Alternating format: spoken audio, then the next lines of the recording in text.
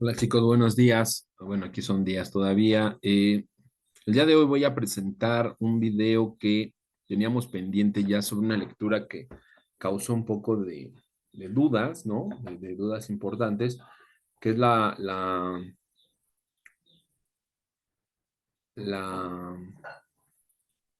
lectura de Paul Ricoeur sobre la memoria, la historia y el olvido, ¿no? Entonces, eh, como parte de las actividades, en la 4. Dice, la pregunta que yo les hago en Classroom es, ¿qué puede considerarse como la historia o la historia, o historia, pues la historia en francés? Y de alguna manera les pido que trabajen el texto de la filosofía crítica de la historia de Ricoeur en la memoria, la historia y el olvido, ¿no? Entonces, ahí les puse las páginas de la 391 a la 452. Y en términos generales,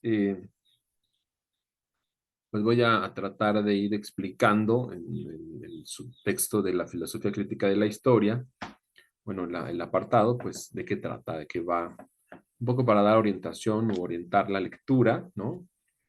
Y, y de alguna manera, pues irles motivando a que lean, ¿no? Porque me doy cuenta en las respuestas que no necesariamente están leyendo. Por favor, hay que leer, hay que tratar de entender los textos, explicarlos en nuestras palabras, armar lo más que podamos pues de una manera, ¿cómo decirlo? Como de aprehensión del conocimiento, ¿no? Por lo menos esta parte textual y posteriormente en clase, ¿no? A través de los comentarios, de las opiniones, pues uno trata como interactuar de lo que está entendiendo. Pero sí es importante que de verdad intenten comprender los textos. Bien, este es Paul Ricard. ¿Ya lo ven ahí? Hola, hola. Sí, Paul Ricard. Hola, Paul Ricard, ¿cómo estás? Okay. Paul Ricoeur es un historiador francés.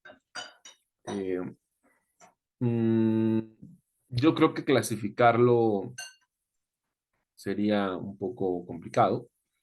Podríamos decir que es parte del estructuralismo, que de alguna manera cobra fuerza, mucha fuerza en Francia, en la filosofía francesa, y en la parte de la historiografía también es ese personaje que va a tener relevancia y que va a hacer énfasis en el análisis del discurso, ¿no? En este como metalenguaje o metaanálisis del lenguaje, ¿no? Paul Ricoeur junto con una serie de autores que van a tratar pues de ir, mm, ¿cómo decirlo? Como analizando o revisando la historia o nuestra idea del pasado, porque más bien sería eso, ¿no? Como nuestra idea del pasado en estas construcciones y en estos discursos y cómo dentro de estos discursos pues se van engendrando ideas sobre la verdad, el olvido, la memoria, ¿no? Lo reconocible, lo irreconocible, la percepción de sí, del otro, etcétera. Entonces, me parece que es importante mencionar que Riquet, pues sí, tiene esta formación más analítica, ¿no? O parte de la filosofía del lenguaje, y de alguna manera nos va introduciendo justo en un análisis o un metaanálisis que él describe de manera muy complicada, incluso podría yo decir que es la interpretación quizá, ¿no? Eh, lo que hace muy complicada la lectura de Ricoeur. En términos generales, muy generales, lo que él intenta proponernos es analizar el discurso, los discursos, los relatos de la historia, uh, pero como esta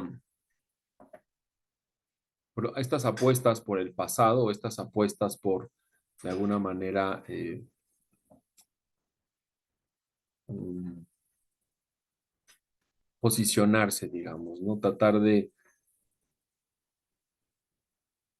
ir como reinventando un poco, reimaginándolo y justo no dejar de lado esta búsqueda de la verdad, ¿no? Que es como una esencia o esencialmente filosófica, esta tarea, y que de alguna manera deviene de un momento histórico que vive Ricard, que es la Segunda Guerra Mundial, ¿no? O sea, la Segunda Guerra Mundial sí coloca digamos, en el escenario político, la discusión entre ideologías opuestas entre capitalistas y comunistas, y por supuesto que en la parte académica, que está muy ligada a las ideologías del Estado, pues también hay estas oposiciones, ¿no? Entonces, frente a este materialismo histórico, frente a la fuerza que llega a cobrar el marxismo, pues surgen otras apuestas metodológicas, como el estructuralismo, se retoma el historicismo en España, por ejemplo, en algunos lugares de Alemania, ¿no? Surgen los revisionismos historiográficos.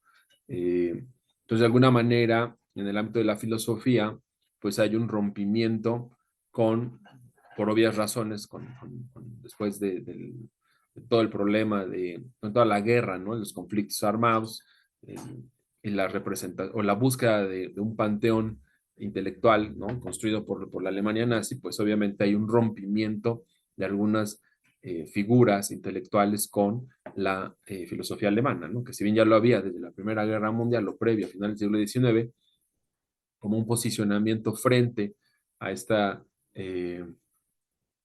pues esta filosofía más analítica, ¿no? Más carácter nacionalista, ¿no? Que se va apropiando, o los partidos políticos se van apropiando, van tergiversando los discursos a manera de interés propio, pues sí, hay otros círculos intelectuales que se van posicionando frente a estas interpretaciones de estos países como Alemania, ¿no? Entonces, por ejemplo, en Gran Bretaña surge también un posicionamiento desde el empirismo, ¿no? Pero ya un empirismo, eh, como le llaman, neológico, o de alguna manera este empirismo de la nueva, ¿no? Como de la nueva escuela, ¿no? Que van fundando, eh, pues estos lógicos, ¿no? Al principio del siglo XX, sobre todo en la primera mitad del siglo XX, y eh, en la parte de Francia, pues también surgen estos posicionamientos frente, pues, a la filosofía tradicional alemana, y van surgiendo como, ¿no? Con más fuerza estas banderas detrás de las posturas académicas, ¿no? Entonces Ricoeur obviamente vive en esta segunda parte, en esta Segunda Guerra Mundial, vive este momento y pues se posiciona, pero de manera intelectual, de manera académica, eh, se posiciona frente a ello, ¿no? Entonces, pues es un personaje que hay que analizar, que hay que tratar de comprender, porque también va a sentar las bases del estructuralismo que nos llega hasta, final, bueno, dicho hasta la fecha, ¿no? Y todavía hay gente que sigue trabajando con fuerza bajo la metodología del estructuralismo. Y bueno, obviamente se le liga por una cuestión nacional, por una cuestión de tradición, pues con Derrida, ¿no? Que fue su aprendiz, y por supuesto, en este mismo contexto cultural, pues vamos a ver, vamos a leer nosotros en algún momento, al final del semestre, pues a, a Foucault, ¿no? A Michel Foucault, que también tiene un planteamiento pues más de izquierda, ¿no? Más lo que llamaríamos como una personificación de la lucha de la inclusión, pero obviamente pues su discurso no deja de ser una tendencia estructuralista, ¿no? Que es este análisis como de un metalenguaje, un metaanálisis del lenguaje o una filosofía del lenguaje. O sea, podemos llamar de muchas formas, porque además no hay una forma del estructuralismo, sino es como una tradición que nosotros desde la historiografía identificamos, ¿no? O sea, como que los metemos en esa clasificación. Sin embargo, Paul Ricoeur, pues podría plantearse por sí mismo una filosofía de la historia propia, ¿no? O sea, un análisis propio del discurso de la historia, y pues todas estas evidentes preguntas de se, cómo se presenta la verdad en estos discursos, cómo sucede esta parte de la verdad, el olvido como la contraparte de la verdad, aunque él justo nos va a dar como esta posibilidad de pensar que el olvido no es lo contrario a la memoria, es algo que me encanta de su texto, y justamente la parte el relato, ¿no? La historia misma, cómo va funcionando el tiempo, ¿no? O sea, no es una idea del tiempo solo física, sino la idea del tiempo como relato, ¿no? Como cómo se va colocando.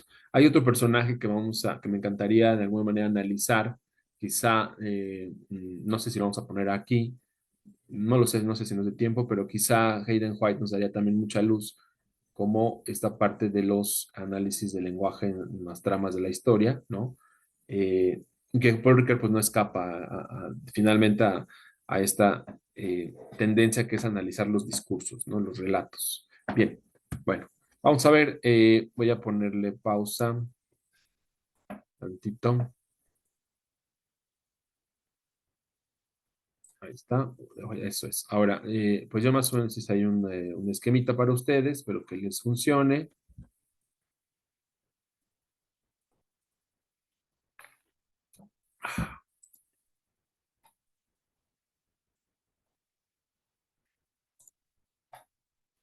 A ver si se ve. Ahí está, ¿no? Creo que sí se ve. Espero que sí se vea. Espérenme, que hay un problema. Hay un problema. Ujú. Ahí está, ¿no? No sé si lo ven, filosofía de la historia, según Paul Ricoeur, bueno, es una crítica que él hace, ¿no? Estas grandes tendencias a la idea de lo universal, a la idea de, ¿no?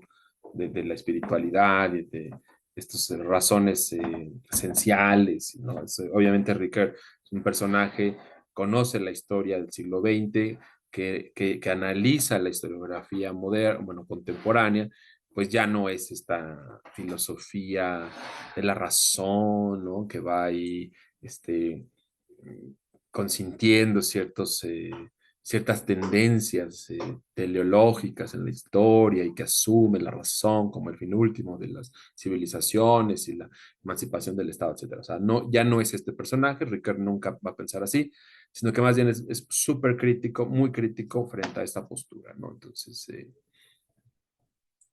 ahí está, ¿no? Entonces vamos a ver, Paul Ricoeur, de alguna manera, pues tiene estos conceptos clave, ¿no?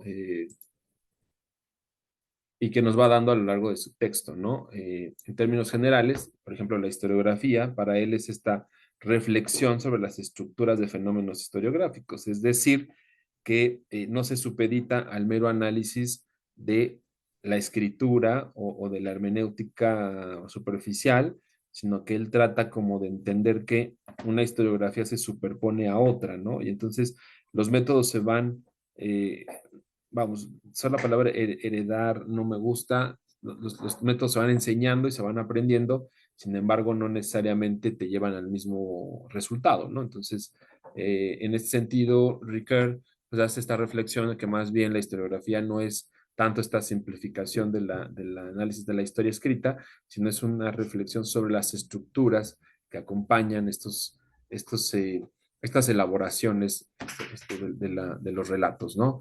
El tiempo histórico, de alguna manera, más que una sucesión de instantes, es una duración, ¿no? Entonces aquí lo que él dice justo es eso, ¿no? O sea, lo que él entiende por tiempo, ya lo decía hace rato, no es una cuestión física en términos de disciplina, sino que más bien lo que él dice es como en el discurso, ¿no? De el historiador, los tiempos o el tiempo tiene una duración significativa conforme va presentando los acontecimientos, ¿no? Entonces, eh, por ejemplo, habrá historiadores que presenten desde el principio del presente hacia atrás, habrá otros que vayan y regresen, habrá otros que lo hagan una parte, ¿no? Como que se sucede, ¿no?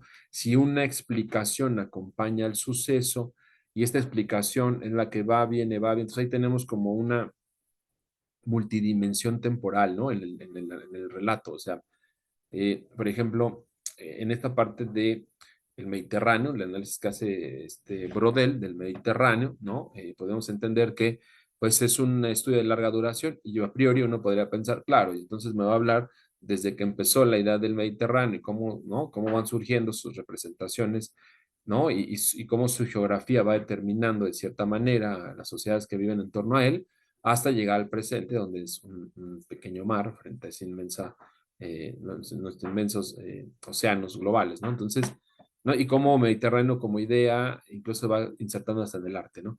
Eh, pues, pensaríamos a priori que es como una larga duración de principio entre comillas al fin, ¿no? Porque en la historia no sabemos que no hay principio.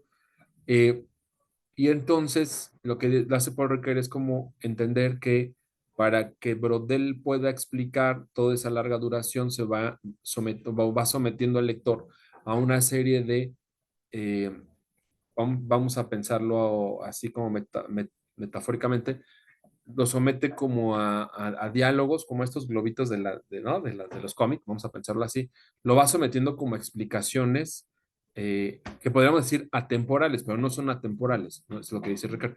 Son explicaciones presentes que hablan del pasado para explicar ese mismo pasado, ¿no? Entonces es como, sí, claro, o sea, son explicaciones desde el presente que aluden al presente, ¿no?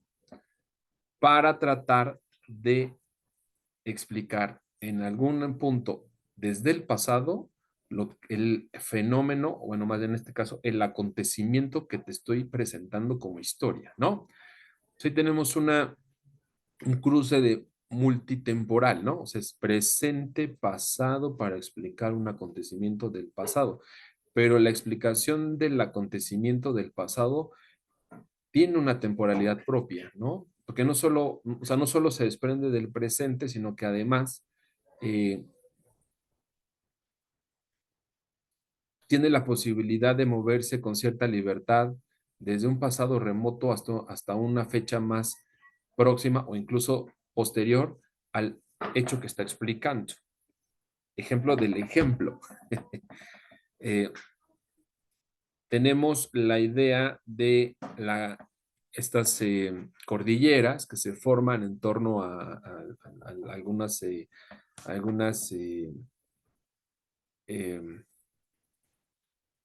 costas del Mediterráneo. Y entonces, Prodel va explicando cómo estas sociedades medievales aprovecharon algunas de estas cordilleras como barreras, pasando de barreras geográficas a barreras militares, ¿no? O barreras de seguridad social, como quieran llamarlo, ¿no? Ahí está la explicación. Bueno, ahí está, ¿no? Entonces él dice, no, claro, y entonces esas barreras geográficas que habían funcionado, habían servido como barreras sociales o militares para los romanos, digamos, entre comillas, fueron utilizadas por las sociedades medievales o por las sociedades, ¿no? Sí, medievales como, no sé, espacios de agricultura, vamos a ponerlo, estoy jugando, ¿no? Entonces, ese es como lo que va contando el relato, ¿no? O sea, es como relato teleológico, ¿no? O sea, hacia una sola dirección y un final. Y de pronto dice Brodel, bueno, pero está otro tiempo, pero no olvidemos que los romanos siguieron de cierta manera ciertos patrones de asentamiento civil, impulsados o copiando los, algunos tratados griegos, ¿no? Y estos tratados griegos del siglo VI antes de Cristo, o del siglo IV antes de Cristo. Entonces ahí tenemos ya varios tiempos, ¿no? Brodel que nos habla del tiempo del relato y el mismo Brodel que nos habla de otro tiempo para tratar de entender el suceso del pasado que él nos está explicando desde acá, desde el sujeto presente, ¿no? Entonces, esta multitemporalidad, podemos llamarlo así, o distintas construcciones del tiempo en el mismo relato, justo es lo que él va a tratar de analizar en su texto, ¿no? Y al final te va a decir cómo el historiador o la historia se ayuda de estos usos, ¿no? Como de tiempos distintos, de sucesiones distintas, pero además, él dice, o sea, ni siquiera se respeta la idea de tiempo presente, pasado y futuro, sino que el historiador va, viene, o incluso hasta proyecta situaciones de futuro en el pasado. O sea, este juego tan, vamos, lo que él hace es hacer visible esta complejidad del tiempo en los relatos de la historia, ¿no? O sea, es porque dices, o sea, el tiempo en los relatos de la historia es una complejidad eh, que a veces hasta solo los propios historiadores del propio círculo intelectual comprenden, ¿no? O sea, eh, y esa es la parte que a veces se nos olvida como historiadores, ¿no? Te voy a explicar lo que te voy a explicar el fenómeno que has colocado en tu línea de tiempo. Ya, ahí estamos ocupando una segunda temporalidad, ¿no? Es como si hubiese, como si una línea de tiempo nos diera oportunidad de abrir muchas dimensiones de tiempo, ¿no? Entonces, es un poco para él o sea, lo que va analizando en este metaanálisis de los relatos históricos, ¿no? Bueno, y la identidad, dicen formadas a través de acciones y experiencias, ¿no? O sea, al final, lo que él dice es que la construcción de la identidad, si bien es colectiva, el sujeto en sí mismo tiene las posibilidades como de ir, eh, ¿cómo decirlo? Es que no es decidiendo, que la palabra no es decidir. Está la palabra sea transitar, ¿no? Como que el sujeto tiene la posibilidad de transitar entre lo que significa la identidad colectiva y lo que repercute en él como subjetividad, ¿no? Como persona, como sujeto del devenir histórico. Entonces, también tiene esa, o sea, plantea ese problema, ¿no? O sea, si bien somos sujetos de la colectividad, también somos sujetos de un devenir histórico propio o individual, ¿no? O sea, no es lo que yo entiendo de la historia, porque a veces se confunde con eso. Ah, es lo que el sujeto comprende, ¿no? Y eso es lo que se queda. No, o sea, es cómo, de cierta manera, estas sucesiones colectivas del pasado han influido en esa misma sucesión, ¿no? De discursos hacia donde se coloca el sujeto y cómo el sujeto los va aprendiendo, ¿no? Con H intermedia va aprendiendo, pero al mismo tiempo, o sea, no, al mismo tiempo no, y tiene la posibilidad como de irlos, de insertarse como en este discurso lineal, ¿no? Del tiempo, o sea, yo soy el presente de México, por ejemplo, digamos, jóvenes, yo soy el presente de México, ¿no?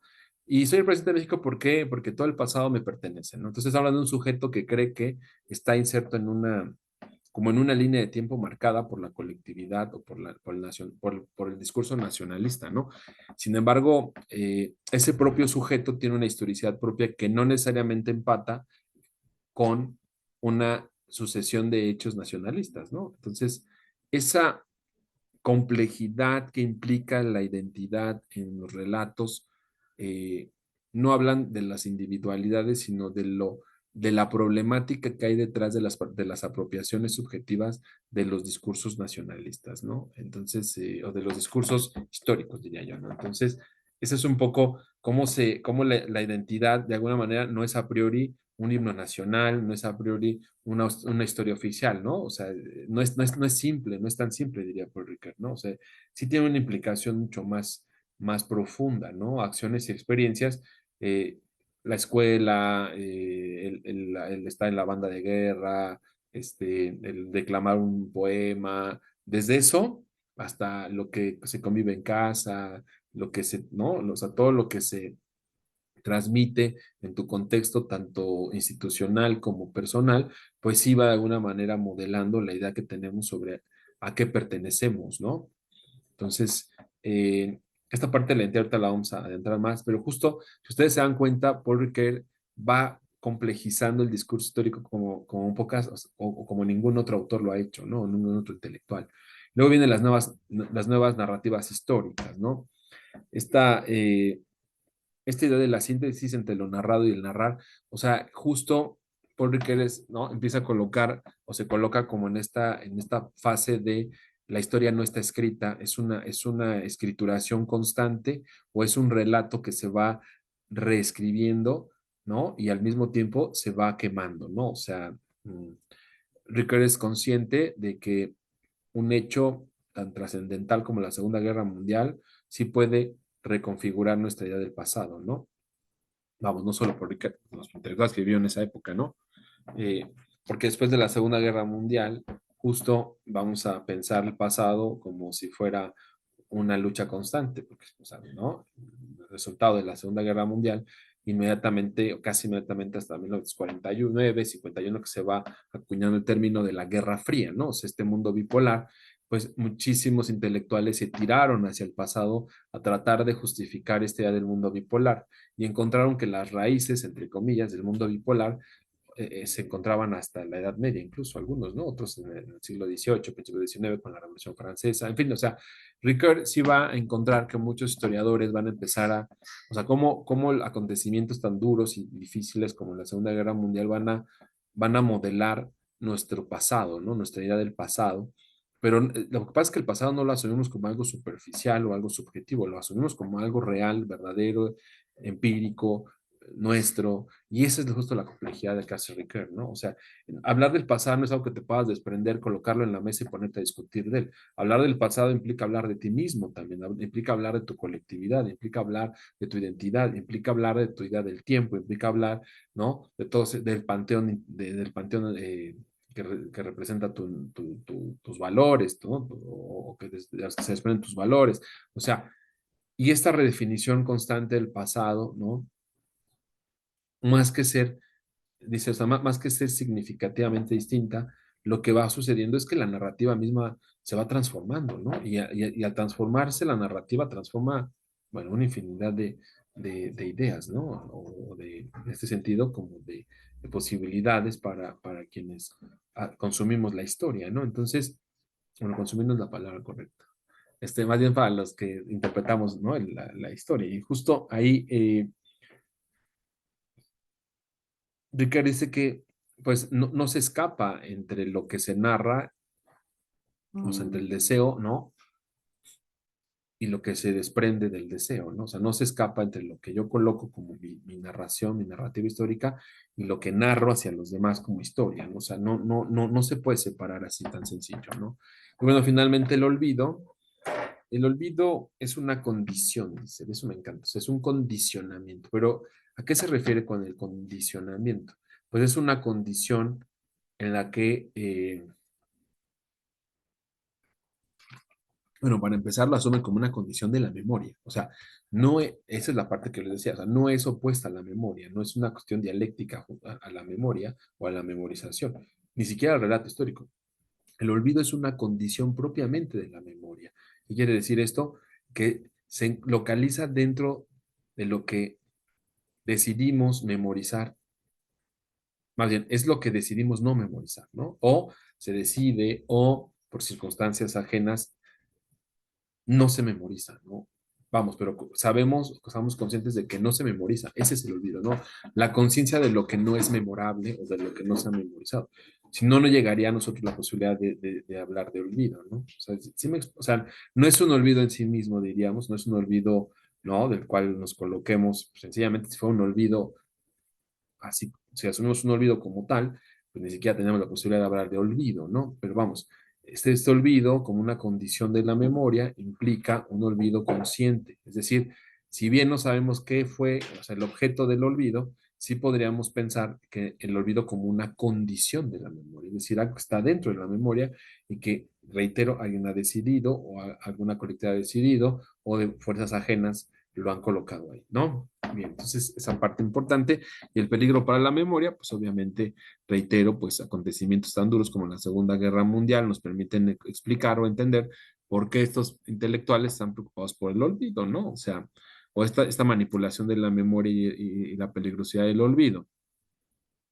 Todo lo que sucedió con, pues no solo con la Alemania nazi, el holocausto y la posibilidad de querer borrar justo de la historia de la humanidad, ¿no? La memoria judía, bueno, se ha dado en todos los pueblos, en todas las naciones donde ha habido conflictos internos, ¿no? Esta idea de que hay que borrar de la memoria la participación de estos grupos o colectividades que no se coinciden, ¿no? En México es muy común que suceda, ¿no? Eh, con estas memorias indígenas, ¿no? O sea, eh, pongo el ejemplo, pero me gusta ponerlo porque a veces nos olvida que estamos haciendo historia en México, ¿no? O sea, de pronto, ¿no? Así, ay, el profe está explicando a Ricardo porque se cree francés. No, no, o sea, yo trato como de llevarlo al trabajo propio, ¿no? De la investigación que me gusta hacer. Siempre lo coloco ahí, pues trato de ir, o sea, porque es parte de la enseñanza de la práctica docente y de la práctica de la estudiante en la Universidad Rosario Castellanos, ¿no? O sea, es tener la posibilidad de llevar el aprendizaje de las asignaturas a un problema concreto a través a un problema general a través de una incidencia, ¿no? A través de algo más concreto. O sea, problema prototípico, incidente crítico. Entonces yo esto lo llevo, por ejemplo, a la parte de mis investigaciones sobre códices, ¿no? O sea, cómo la memoria pictográfica de algunos pueblos indígenas de herencia o de influencia mesoamericana, o, ¿no? Este, siguen en la discusión de si este material es objetivo, es original, contiene texto verídico. ¿Sí me explico? Es decir, los hemos sometido a un escrutinio de elementos o de perspectivas eurocentristas tan agresivo que hasta desvaloramos, ¿no? Su contenido por resistirse al olvido, ¿no? Es decir, lamentamos la quema de códices de personajes como Durán, ¿no? O sea, que lo hizo en el sureste, pero los pocos códices que tenemos los sometemos a un escrutinio, como no lo hacemos, por ejemplo, con los uniformes de los insurgentes, como no lo hacemos con el carruaje de Juárez, como no lo hacemos con los restos de Zapata. O sea, ¿sí me explico? Es decir, no lo sometemos al escrutinio de si realmente son históricos o no, o vale la pena introducirlos en nuestra memoria, porque eso es lo que sucede. O sea, vamos, valoramos si el sombrero de Villa fue de Villa, ¿no? O sea, tratamos como de encontrar, no, sí, claro, el sombrero de Villa sí fue de Villa, pero asumimos que Villa pertenece a nuestra historia, ¿no? Que es parte de nuestro panteón revolucionario, ¿no? Pero cuando vemos un códice no asumimos eso. De principio, lo que se, o sea, el filtro que se hace es si es original o no, porque si es una copia, entonces en ese momento se le clasifica como falso, más bien se le desvaloriza como falso. ¿Sí, sí me explico? Es decir, o sea, somos muy, muy severos con las memorias que no se introducen en nuestra identidad, digamos, ¿no? Entonces, justo ahí, en estas clasificaciones, en estos filtros, corremos el riesgo, ¿no? De colocar en esa condición de olvido, pues no solo cultura material, ¿no? Sino también, ¿no?, todos estos objetos de la cultura material, sino incluso discursos y relatos, ¿no? O sea, ¿por qué vamos a creer el mito de Aztlán, ¿no? ¿Por qué vamos a creer todos estos mitos si al final son mitos, ¿no? Pero damos por hecho que el artículo tercero se debe a la lucha de Villa. Es un mito gigantesco, pero bueno, damos por hecho porque así nos lo contaban los historiadores modernos, ¿no? Entonces, sí, yo creo que, o sea, esta parte de Ricoeur sí nos coloca el dedo en el renglón, decir, ojo, el olvido no es lo contrario a la memoria, sino es una condición propia de la memoria y por lo tanto tenemos la posibilidad de discutirlo como parte de la memoria, ¿no? En fin, bueno, entonces,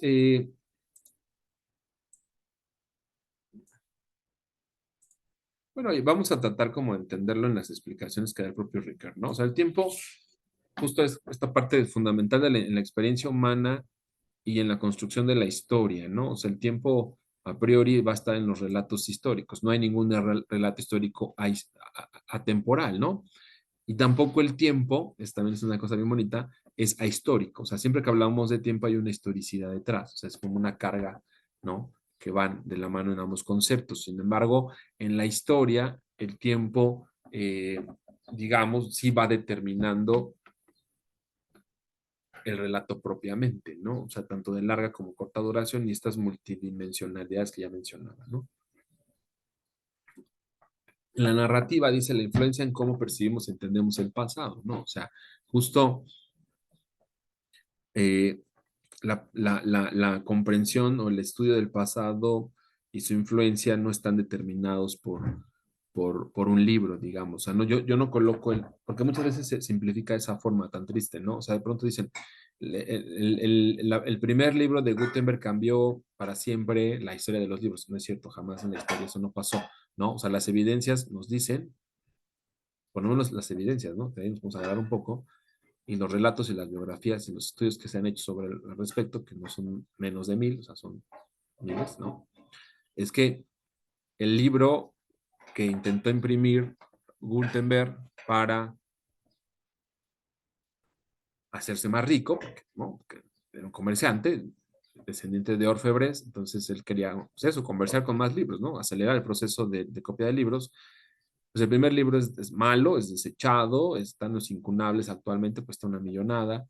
Es descuidado, su primer libro como tal es muy descuidado, se le corre la tinta, por ejemplo, eso sí lo sabemos, se lo escriben en algunas biografías, ¿no? Pues ¿por qué? Porque justo no nada más es imprimir un libro, de hecho, ningún libro de calidad salió de las manos o bajo la dirección de Gutenberg, porque además ni siquiera Gutenberg era el que se llevaba las manos, tenía todo un equipo de técnicos, ¿no? Tenía un escribano, ¿no?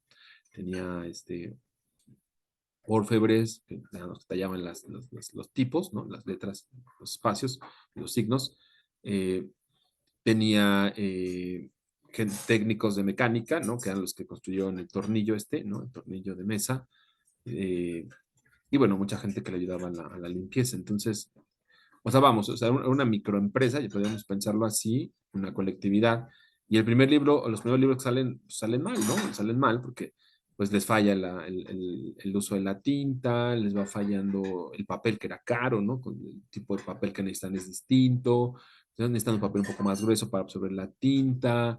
Es decir, necesitan muchos tips de muchos lados, necesitan tips técnicos, necesitan tips de los escribanos o de la gente que se dedicaba a hacer libros, ¿no? Necesitan tips de la gente que hace o que trabajaba el papel, por ejemplo, ¿no?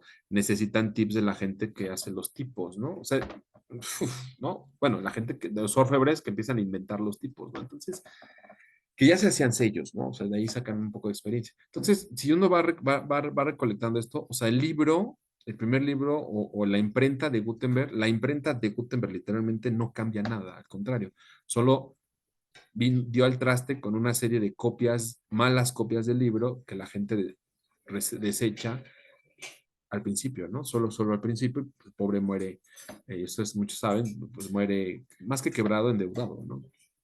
Y perseguido además, ¿no? Por la justicia, pues porque debía bastantes deudas, pues justo por el proyecto no funcionó. Y entonces lo que diríamos es, bueno, pero entonces, ¿qué sucedió? Ah, ahí es justo está cómo percibimos la historia. Si la simplificamos, pues vamos a decir, ah, sí, Gutenberg, de allá para acá estamos en la era digital, ¿no? Y van a desaparecer los libros. Entonces, no. Sí, en la narrativa tenemos la posibilidad justo de entender cómo sucedieron estos acontecimientos y construir una narrativa, una historia, una explicación, ¿no? Y más que eso, pues de alguna manera sentirnos atraídos hacia la educación. ¿Por qué nos gusta tanto hacer historias del libro, bueno, actualmente? No solo porque pensamos que los libros impresos van a desaparecer, sino también porque gran parte de las tradiciones intelectuales consideran a los libros como la principal herramienta de la enseñanza, ¿no? Entonces, eh, justo por eso nos gusta hacer historias de los libros. Entonces, de pronto dicen, los libros cambiaron la percepción de eso. No, no, no es el libro a priori, es cómo comprendieron esos libros, cómo se introdujeron, cómo circularon, qué se describió de ellos, cómo se explicaron, cómo, ¿no? Qué representaciones se tiene de ellos. Y a partir de ahí puedes darte una idea muy general de cómo fue esta influencia, cómo se perciben las influencias de las narrativas en el pasado, ¿no? Y bueno, en la memoria, este proceso dinámico que moldea nuestra comprensión del pasado y nuestra identidad, ¿no? Justo, o sea, él dice que la memoria no está separada en cuanto a lo que entendemos del pasado y de nuestra identidad, ¿no? O sea, es algo que va de la mano, es algo dialéctico en nuestro pensamiento, y que justo discutir de la memoria pues, es discutir de nosotros mismos y de las colectividades, ¿no? No podemos decir de plano así sin sentido, ¿no? Que la historia está ahí muerta para siempre o escrita para siempre. Y eso quiero hacer una aclaración. Fíjense que eh, una aclaración que Ricardo nos va a invitar, ¿no? Porque yo sí espero que lean a Ricardo, porque me parece que, o sea, de pronto yo los escucho a algunos de ustedes, ¿no? Opinar y quisiera decirles, ¿no? Con todo respeto, chicos, hay que leer a Ricoeur, hay que leer a otros personajes, o sea, no nos podemos quedar con nuestras lecturas tradicionales de 1820 o de 1850, pues porque sí ha habido un esfuerzo intelectual importante en varias disciplinas por dar respuesta a algunas de las interpretaciones que se tienen sobre ciertos autores clásicos, ¿no? Entonces, Ricoeur justo nos invita a hacer hacer una revisión de nuestras explicaciones tradicionales, ¿no? Y yo me he dado cuenta, y lo voy a hacer, voy a decirlo honesto y en video y esto va a ser público, pues que algunas, por, algunas personas, ¿no? Llamarlo así, pues de pronto nos aprendemos de memoria ciertas explicaciones o ciertas interpretaciones de autores. Vamos a poner un ejemplo en la historia, es muy común que de pronto se casan con la idea de Edmundo Gorman, ¿no? Y entonces, la única forma de explicar y enseñar a Edmundo Gorman es una, ¿no?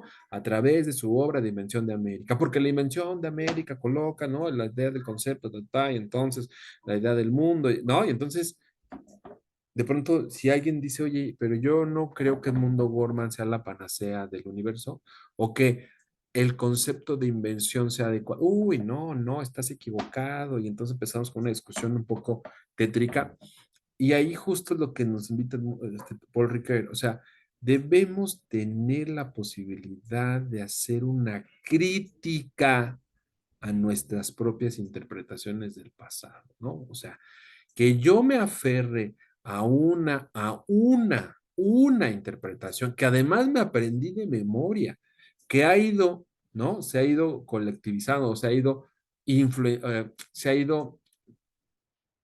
repitiendo entre docentes y aprendices, ¿no?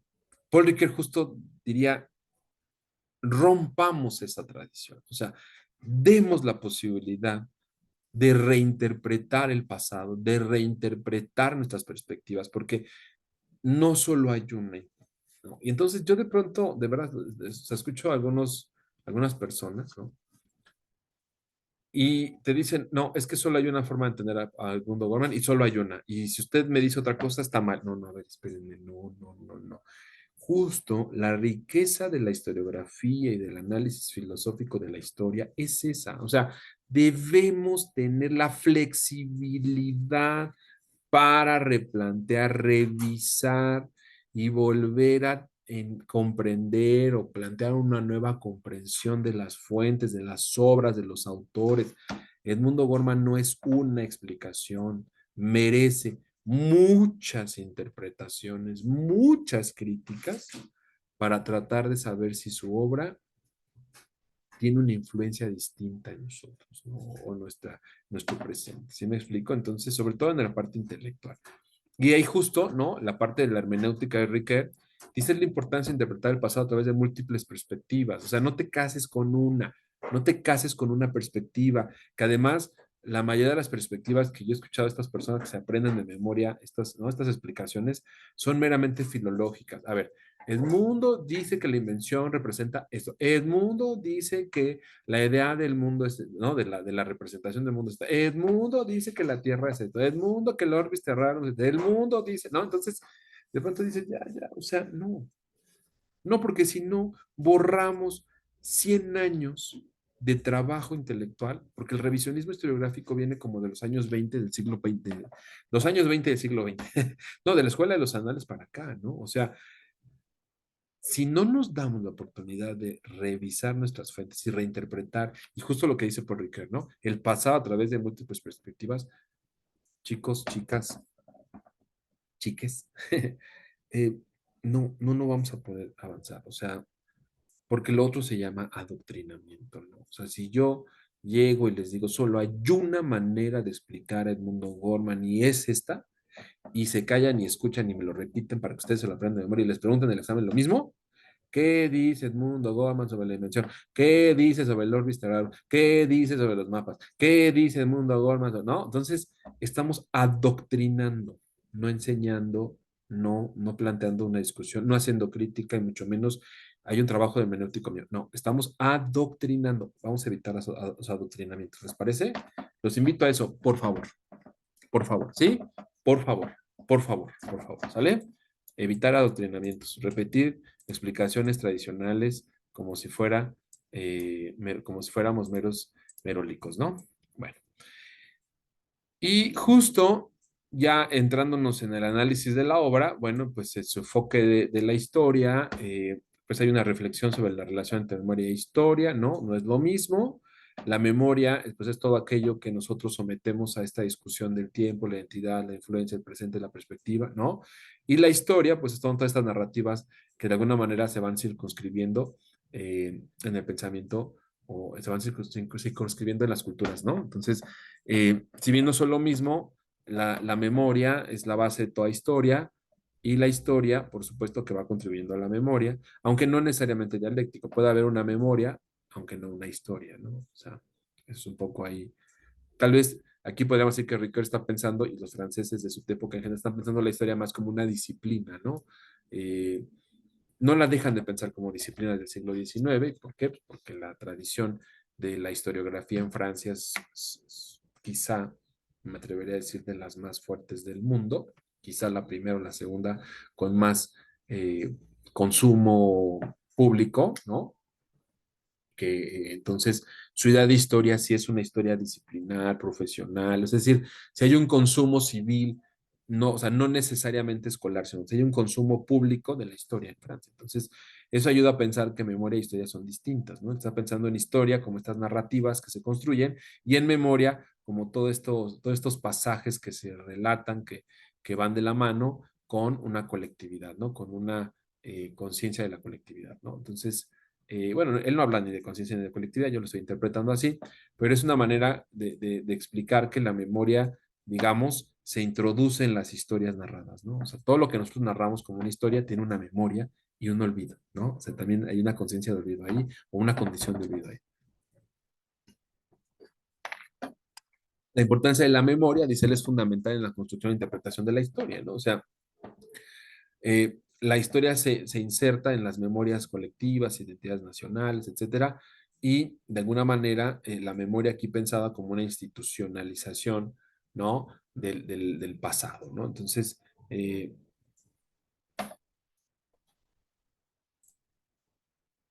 un segundo,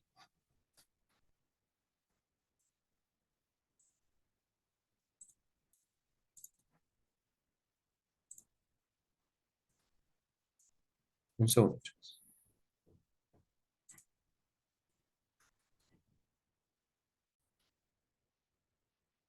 Listo. Perdón, tenía yo un pendientito. Bueno, entonces decíamos que justo la memoria se inserta en nuestras narrativas, no, perdón, las narrativas históricas se insertan en las memorias, ¿no? Más generales, y él trata como de introducir la discusión de la memoria como un problema importante, como un problema pues que nos atañe, ¿no? A todos, no nada más a los historiadores, ¿no? Entonces, en términos generales, la importancia de la memoria justo radica en cómo construimos nuestras narrativas, ¿no? Bueno, eso es Ricardo. Ahora, eh, en la crítica del olvido, ¿no? Bueno, la narrativa histórica dice clave para dar sentido al pasado, ¿no? O sea, no hay otra forma de darle un sentido al pasado, sino a través de las narrativas históricas. Pero reitero, esto tiene que ver con la tradición tan fuerte de la historiografía en Francia, ¿no? Bueno, por lo menos en este entorno cultural. O sea, si se habla de una historia, Enrique da por hecho que se habla de una historia pues, profesional, ¿no? O sea, una historia de estas narrativas que se construyen con una, con una metodología, con un sentido profesionalizado, ¿no? No lo discute porque lo da por hecho. Sin embargo, narrativas históricas son en general, lo que él diría, los que dan cuenta de las memorias o de la memoria eh, que se introduce en la identidad de las personas, ¿no? Entonces, ahí, es ahí donde justo podríamos poner en tela de juicio estas narrativas históricas, ¿no? ¿Qué es lo que memorizan o qué es lo que someten a memoria y cuál es su condición del olvido, ¿no? Y bueno, finalmente la crítica del olvido que él genera, pues son estas tendencias de olvido selectivo y sus efectos en la historia, ¿no? Lo que decía hace rato, o sea, justo eh, la posibilidad de volver a narrar los sucesos, ¿no? O sea, estas reinterpretaciones del pasado o esas distintas perspectivas, pues a conciencia van generando situaciones de olvido o sucesos en el olvido, ¿no? Los van seleccionando. Y es una manera también, dirían hoy en día, de genocidio, ¿no? O sea, borrar de la memoria colectiva a través de narraciones donde no se colocan los hechos o los sucesos de alguna cultura, pues es un genocidio, literalmente, o sea, perdón, culturalmente, ¿no? Entonces, sí hace este énfasis y les digo, justo porque están viviendo un momento de tránsito, están transitando en un momento muy complejo de la Guerra Fría, mucha tensión entre dos naciones o dos potencias que literalmente se están intentando borrar del planeta, ¿no? Y junto con ellos sus aliados. Entonces, pues sí me parece interesante, me parece fundamental eh, discutir esta parte de los olvidos selectivos y sus efectos en la historia. Me parece un tema que está podemos para una tesis, ¿no? Y bueno, finalmente, la reflexión filosófica sobre el tiempo, la identidad, la narrativa, el olvido de la historia, pues es como lo que permea toda su obra, ¿no? Ya dije el tiempo en esta multidimensionalidad, ¿no? En la propia narrativa, la identidad como esta apropiación de la historia y lo que se coloca como memoria de lo colectivo o de las personas o de las naciones, la narrativa como esta construcción escrita de la historia, ¿no? Y el olvido en la historia como una condición del propio olvido y que en muchas situaciones no ajenas, es decir, conscientes, selectivas, pues sí e intentan de alguna manera colocar estos sucesos allí fuera de la memoria, ¿no? Entonces, es un poco en términos generales el texto. Y bueno, ya finalmente algunas citas explicadas que me gustan mucho de la obra, ¿no? Dice, la memoria y la historia están hechas de la misma materia, hechas de la misma arcilla, ¿no? O sea, al final, memoria e historia van de la mano. Eh, Podemos filosóficamente como dividirlas o tratar de analizarlas como en dos líneas, ¿no? Como en dos niveles, ¿no? Por un lado, la historia como esta narrativa de sucesos, de sucesión de hechos, y por otro lado, la memoria eh, como estos elementos que se colocan eh, consciente y selectivamente en esta narrativa, ¿no? Entonces, sí me parece que historia y memoria, desde la parte filosófica o desde el planteamiento filosófico de Ricard, si bien ¿no? Están hechos de la misma arcilla, ¿no? Pues están hechos de lo mismo, eh, no son lo mismo, ¿no? O sea, no son lo mismo, o sea, la historia no es en sí misma la memoria y viceversa, ¿no? O sea, sí tenemos posibilidad como entender que ambas se analizan de forma diferente, la memoria y la historia, ¿no? Dice, la historia es más que una historia, es también una narración, ¿no? O sea, y justo ahí es lo que yo mencionaba, o sea, la historia no se somete como a hechos dados, ¿no? Y aquí vamos a hacer una de las primeras críticas que haríamos a Hegel, que lo vamos a ver en el siguiente ensayo, que por favor les pido que lo lean, porque no sé esto de que llegan a clase y de pronto, no, yo ya me sé a Hegel o a Croce o a Collingwood de memoria, profe, ya no tengo que leer nada más. No, chicos, o sea, no, o sea, estamos en el siglo XXI, en el 2024, sí necesitamos que actualicemos todos nuestras historiografías, nuestra literatura, o sea, sí necesitamos tener otras interpretaciones, por favor, ¿sale?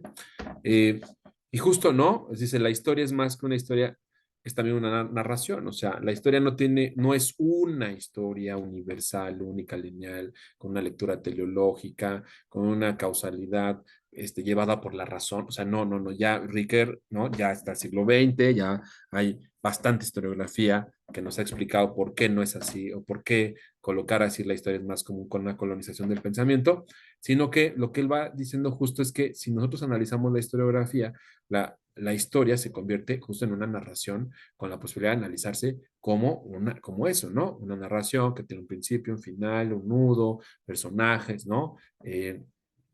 Y justo dentro de ese análisis literario podemos hacer un metaanálisis, ¿no?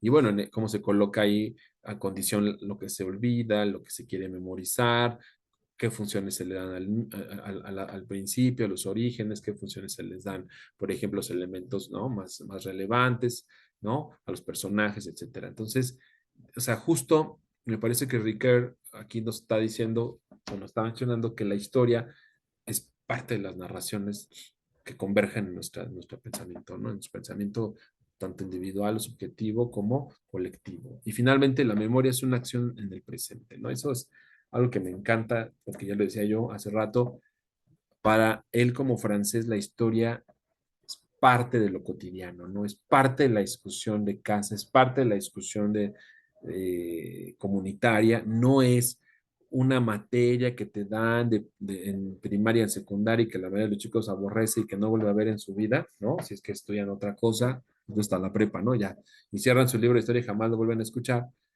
No, o sea, si el consumo de productos generados por colectivos y por grupos intelectuales y de historiadores en Francia permite, ¿no? Que Riquet haga esta afirmación o estas afirmaciones, ¿no? Porque justo después de la Revolución Francesa hay una lucha por la memoria en Francia, ¿no? O sea, es una lucha extraordinaria que hasta la fecha, ¿no? Ha colocado a la historiografía francesa como una de las primordiales. Y esto de la memoria es una acción en el presente, representa eso, ¿no? O sea, Ricoeur no cree que está haciendo una filosofía o no cree que está criticando la filosofía de la historia como un estudio del pasado. O sea, él sabe que está haciendo una contribución importante, fundamental y con sentido en su presente, en su momento, ¿no? Y eso es algo que los historiadores a veces perdemos de vista, ¿no? O sea, lo que nosotros construimos, diseñamos, escribimos, publicamos, es parte de nuestro presente y repercute en nuestro presente, ¿no? O sea, tiene una influencia importante, no, no es solo hablar del pasado, en estas multidimensionalidades del tiempo, que eso es un concepto que yo coloco para tratar de entender por qué él hace todo este estudio del tiempo. eh, una de ellas es que colocamos nuestras historias pues, para influir en las personas, ¿no? Las personas y en nuestra sociedad presente, ¿no? Y bueno, finalmente la tarea de la hermenéutica no es negar el conocimiento histórico, sino interpretarlo. Y es que esa parte, híjole, a mí como me da mucha tristeza que de pronto tengamos, y de verdad me acongoja, ¿no? La emoción, el sentimiento, porque escuchar estas tantas negaciones a discutir literaturas más actuales de personajes que se han introducido en obras clásicas, ¿no? Y Ricardo es uno de ellos, ¿no? Entonces, esta hermenéutica dice, no es negar el conocimiento histórico, sino interpretarlo, es una invitación a que justo re- revisemos nuestra historiografía nuevamente y la volvamos a revisar y generemos este espíritu, ¿no? De renovar nuestras narrativas sobre el pasado, ¿no? No solo del pasado, sino de los que escribieron el pasado y de sus narrativas, ¿no? O sea, yo sí creo que hace falta hoy en día, y por eso me inscribí al coloquio pues hace falta leer nuevamente a Rosel Castellanos, por ejemplo, ¿no? O sea, yo sí creo que merece la pena leerla desde otra perspectiva, ¿no? O sea, hacer una hermenéutica distinta a lo que se ha planteado hoy en día. No me atrevería a decir cuál, pero sí me parece que ha sido, que ha tenido una interpretación en algunos textos, tiene una interpretación sumamente cuestionable, ¿no? Eh, Otros de los que me atrevería a decir que de verdad merecen una revisión, bueno, todo merece una revisión historiográfica, una hermenéutica desde su obra, la narrativa, el tiempo, la identidad, el sujeto, ¿no? El sujeto, la condición de olvido en estos textos, me atrevería a decir, son nuestros grandes cuentistas, ¿no? Nuestros grandes historiadores de la revolución. Porque me parece que después de los 50 y 60, cuando se introduce con fuerza la historiografía marxista y se intenta dar olvido a pues estos autores que eran como historiadores positivistas de finales del 19, principios del 20 y algunos hasta la década de los años 30, pues van a ser calificados como historiadores de mala cepa, ¿no? Como historiadores oficialistas, ¿no? Cientificistas, pero yo creo que merecen un revisionismo, ¿no? Vamos a revisar esta parte, no el periodo solamente, sino las obras, ¿no? Esta hermenéutica que quizá nos dé respuestas clave, ¿no? De lo que está pasando hoy en día. Y bueno, finalmente, pues hacer este recuento nos podría llevar incluso a entender el papel del liberalismo. En mi caso, y lo digo abiertamente y no me canso de decírselos, o sea, en mi caso, revisar el papel de intelectuales indígenas durante el Segundo Imperio, el Segundo Imperio Mexicano, la intervención francesa, sí me ha llevado a una interpretación distinta del triunfo liberal juarista, ¿no? O sea, y justo porque, ¿no? O sea, mm,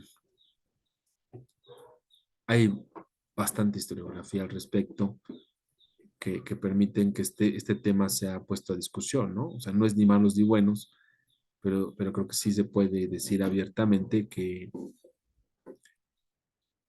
la repercusión de estas comunidades y personajes por apoyar a una causa, ¿no? Porque además era su causa, fue brutal, fue terrible por parte de los liberales que se decían triunfadores, ¿no?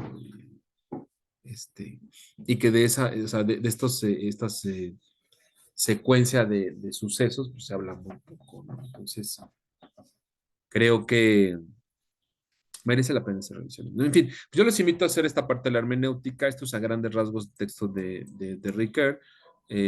No nos da tiempo de verlo mucho más, la realidad, ya tenemos encima los textos de Hegel, Collingwood y Croce, también por eso los conjunté en un solo texto de Segundo Portilla, que ya está de ese segundo portilla que está en línea, en Classroom, y que vamos a discutirla en esta clase el sábado que viene y en un video siguiente. Pero yo sí los invito a ir generando pues estas discusiones del pasado, el olvido, las condiciones, ¿no? de memoria, etcétera. Bien, voy a compartir a Ricard para despedirnos. ¿Dónde está nuestro amigo Ricard? A ver, vamos a ver al amigo Ricard. Anda por aquí. Amigo Ricard. Eso es, amigo Ricard. Muy bien, ahí está. Vamos a verlo. Muy bien. Ahí está el amigo Ricard. Muy bien. Lo vamos a compartir y nos vamos a despedir, ¿no? Cortésmente de él, ¿no? Aquí, sí. No, marca map. Sí, ahí está. A ver. Sure. Ahí está. No sé si lo están viendo.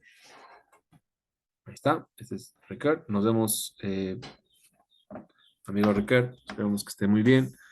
He tratado de interpretar en una hora, poco menos, su propuesta de un capítulo de su libro.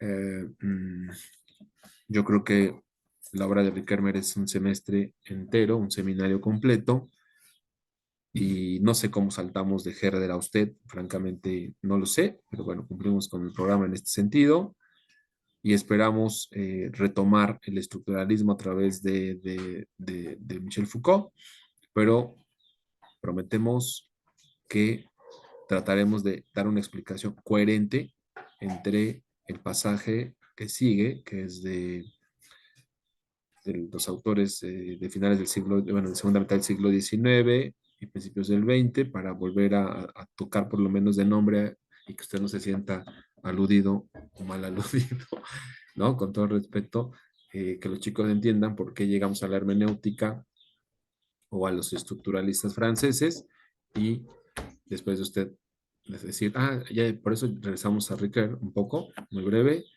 llegaremos a Michel Foucault, ¿no?